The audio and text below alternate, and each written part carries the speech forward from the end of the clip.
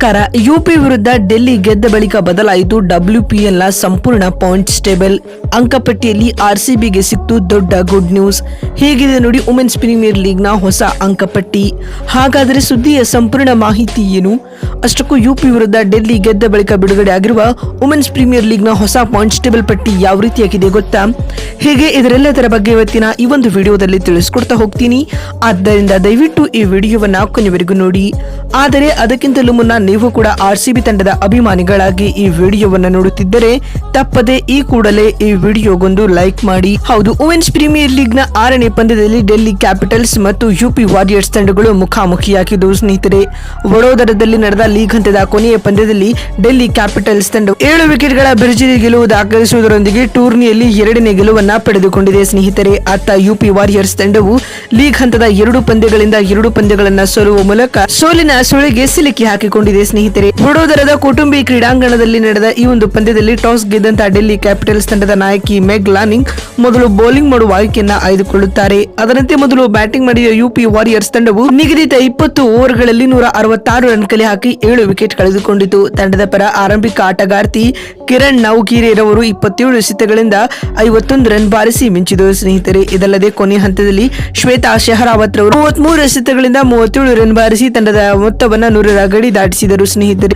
ಪಂದ್ಯ ಗೆಲ್ಲಲು 167 ರನ್ಗಳ ಸುಲಭ ಗುರಿಯನ್ನ ಬೆನ್ನಟ್ಟಿದಂತ ಡೆಲ್ಲಿ ತಂಡಕ್ಕೆ ಉತ್ತಮ ಆರಂಭ ಸಿಕ್ಕಿತು ಸ್ನೇಹಿತರೆ. ಶಫಾಲಿ ವರ್ಮಾ, ಮೆಗ್ ಲಾನಿಂಗ್ ಯುಪಿ ಬೌಲರ್ ಗಳನ್ನ ಬೆಂಡೆತ್ತಿದ್ದರು. ಈ ಮಧ್ಯೆ ಶಫಾಲಿ ವರ್ಮಾ ಕೇವಲ 16 ಎಸೆತಗಳಿಂದ 26 ರನ್ ಬಾರಿಸಿ ಔಟ್ ಆದರು. ಆದರೆ ನಾಯಕಿ ಮೆಗ್ ಲಾನಿಂಗ್ ಸ್ಫೋಟಕ ಆಟವನ್ನಾಡುವ ಮೂಲಕ 49 ಎಸೆತಗಳಿಂದ 69 ರನ್ ಕಲೆ ಹಾಕಿ ಮಿಂಚಿದರು. ಇನ್ನು ಕೊನೆ ಹಂತದಲ್ಲಿ ಅನ್ನಬೆಲ್ ಸದರ್ಲ್ಯಾಂಡ್ ರವರು 41 ರನ್ಗಳ ಅಜೇಯ ಇನ್ನಿಂಗ್ಸ್ ಆಡುವುದರೊಂದಿಗೆ ತಂಡಕ್ಕೆ ಭರ್ಜರಿ ಗೆಲುವು ತಂದುಕೊಟ್ಟರು. ಇದೀಗ 6 ಪಂದ್ಯಗಳ ಮುಕ್ತಾಯದ ಬಳಿಕ ಬಿಡುಗಡೆಯಾಗಿರುವ ವುಮೆನ್ಸ್ ಪ್ರೀಮಿಯರ್ ಲೀಗ್ ನ ಹೊಸ ಪಾಯಿಂಟ್ಸ್ ಟೇಬಲ್ ಪಟ್ಟಿ ಯಾವ ರೀತಿಯಾಗಿದೆ ಅಂತ ನೋಡ್ತಾ ಬರುವುದಾದರೆ, ಮೊದಲ ಸ್ಥಾನದಲ್ಲಿ ಎಂದಿನಂತೆ ನಮ್ಮ ರಾಯಲ್ ಚಾಲೆಂಜರ್ಸ್ ಬೆಂಗಳೂರು ತಂಡವಿದ್ದು, RCB ಆಡಿದ 2 ಪಂದ್ಯಗಳಿಂದ ನಮ್ಮ ಮನೆ ಮಹಾಲಕ್ಷ್ಮಿಯರು 2 ಪಂದ್ಯಗಳನ್ನ ಕೂಡ ಗೆದ್ದುಕೊಳ್ಳುವ ಮೂಲಕ 4 ಅಂಕಗಳನ್ನ ಸಂಪಾದಿಸಿಕೊಂಡು ಪಾಯಿಂಟ್ಸ್ ಟೇಬಲ್ ಪಟ್ಟಿಯಲ್ಲಿ ಅಗ್ರ ಸ್ಥಾನದಲ್ಲಿ ಕುಳಿತಿದ್ದಾರೆ. ಮತ್ತು 2ನೇ ಸ್ಥಾನದಲ್ಲಿ ಡೆಲ್ಲಿ ಕ್ಯಾಪಿಟಲ್ಸ್ ತಂಡವಿದ್ದು, ಆಡಿದ 3 ಪಂದ್ಯಗಳಿಂದ 2 ಗೆಲುವು 1 ಸೋಲು ಕಂಡು ಮೈನಸ್ ನೆಟ್ ರನ್ ರೇಟ್ನೊಂದಿಗೆ 4 ಅಂಕಗಳನ್ನ ಸಂಪಾದಿಸಿಕೊಂಡು ದ್ವಿತೀಯ ಸ್ಥಾನದಲ್ಲಿದೆ ಸ್ನೇಹಿತರೆ.